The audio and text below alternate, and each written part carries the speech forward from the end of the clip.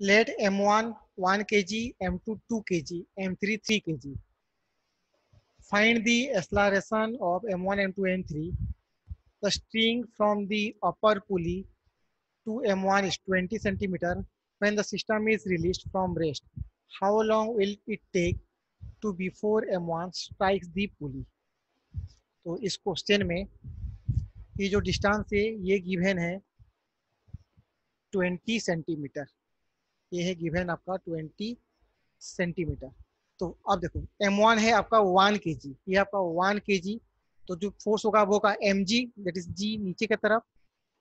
M2 है 2 kg, तो नीचे की तरफ फोर्स होगा 2g। और M3 है 3 kg, तो नीचे की तरफ फोर्स होगा 3g। तो टेंशन मान लो यहाँ पे है ऊपर की तरफ T, ये हो गया आपका टेंशन T। तो अगर ये टेंशन T, ये भी टेंशन T, तो इस स्ट्रिंग में जो टेंशन होगा वो हो जाएगा आपका 2T। सिमिलरली यहाँ पे भी जो टेंशन होगा वो भी हो जाएगा आपका 2T। Let assume M2 and M3 moves with acceleration A with respect to pulley. ये जो पुली है इसके रेस्पेक्ट में M3 का जो एक्सेलरेशन होगा वो है नीचे की तरफ A, इसका एक्सेलरेशन है ऊपर की तरफ A। और जो पुली का है एक्सेलरेशन वो सपोज मान लो नीचे है A1, तो अगर इसका एक्सेलरेशन हो गया नीचे A1, तो M1 का एक्सेलरेशन होगा ऊपर की तरफ A1। तो अब देखो यहाँ पे मैंने कहा कि जो एक्सेलरेशन A है, acceleration A with respect to pulley, pulley के रेस्पेक्ट में एक्सेलरेशन है A। तो अगर मैं पुली के रेस्पेक्ट में इसका अगर एक्सेलरेशन लिखूं या नेट फोर्स लिखूं, तो मुझे यहाँ पे एक सीडो फोर्स ऐड करना पड़ेगा। क्योंकि अगर with respect to pulley means observer हो गया आपका पुली और ऑब्जर्वर का एक्सेलरेशन है A1, तो ये हो गया आपका नॉन इनर्शियल फ्रेम। तो अगर ये नॉन इनर्शियल फ्रेम है तो एक सीडो फोर्स लगेगा, it is opposite direction of acceleration of pulley, that is your MA, that is mass into acceleration of observer और acceleration of pulley, that is 3A1। और 2 kg के ऊपर लगेगा ऊपर की तरफ 2A1, ये हो गया आपका 2A1। तो अब देखो net force is equal to MA for M3। तो M3 में नीचे की तरफ फोर्स हो गया आपका 3G, ऊपर की तरफ टेंशन T, और एक लगा pseudo force that is 3A1 is equal to 3A। Take this equation 1। Similarly for 2 kg, ऊपर की तरफ टेंशन T है, सीडो फोर्स से 2A1 और नीचे लगेगा 2G, that is equal to 2A।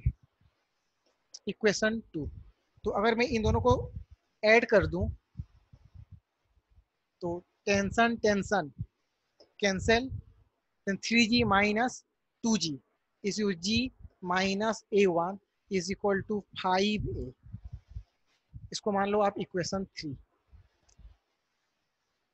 तो अब देखो इस पुली और इस मास के लिए, मास M1, मास M1 ये हो गया आपका मास M1। तो M1 में ऊपर की तरफ फोर्स है 2T, ऊपर की तरफ फोर्स है आपका 2T, नीचे की तरफ है G is equal to mass into acceleration. Mass हो गया 1, एक्सेलरेशन है आपका A1। तो यहाँ से निकल जाएगा आपका tension 2T is equal to G plus A। 2T is equal to G plus A। तो ये हो गया आपका 2T is equal to G plus A। तो यहाँ से अगर मैं इस एक्सेलरेशन को पुट करूं इक्वेशन 2 पे, तो इक्वेशन 2 आपका क्या है देखो यहाँ पे, ये है आपका T is equal to 2A1 minus 2G minus 2A। तो 2T प्लस 4A1, 2 मल्टीप्लाई कर दो तो ये हो जाएगा 4G is equal to 4A। तो 2T है यहाँ पे G माइनस A, सो यहाँ पे पुट कर दो, sorry G plus A plus 4A1 minus 4G is equal to 4A। तो A को ले आओ राइट साइड, तो ये हो गया आपका 4A1।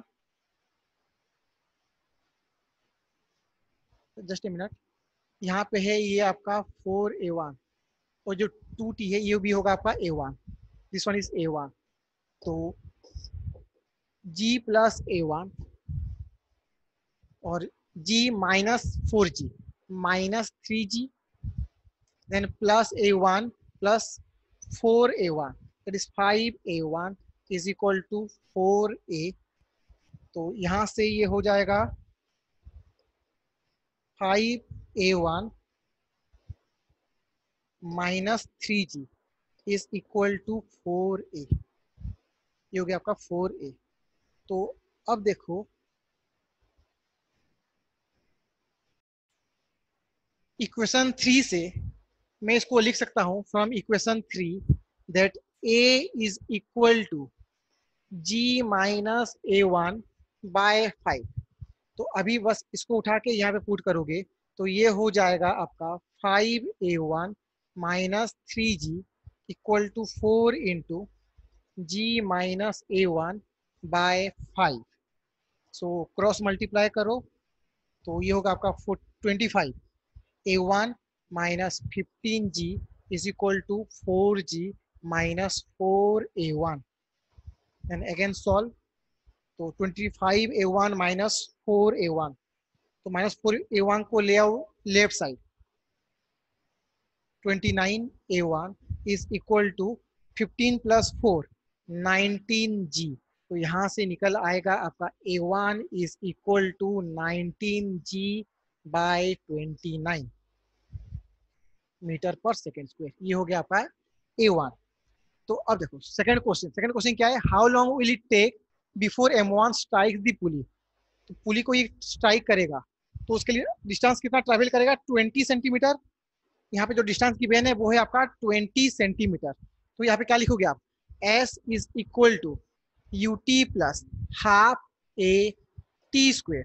तो इनिशियल वेलोसिटी 0 है, s हो गया आपका 20 centimetre, 20 centimetre is 20 by 100 metre is equal to half into acceleration. तो एक्सलरेशन क्या है आपका a1 है, और a1 क्या है आपका 19g by 29, 19g by 29 into T square. ये हो गया आपका टी स्क्वेयर। तो यहाँ से 0 0 कैंसिल, 2 दिस इज 5, 2 बाय 5, तो क्रॉस मल्टीप्लाई कर दो तो ये होगा आपका 2 into 29 divide by 5 into 19, 5 into 19 into g का वैल्यू पुट कर दो यहाँ पे 9.8, that is equal to your T square.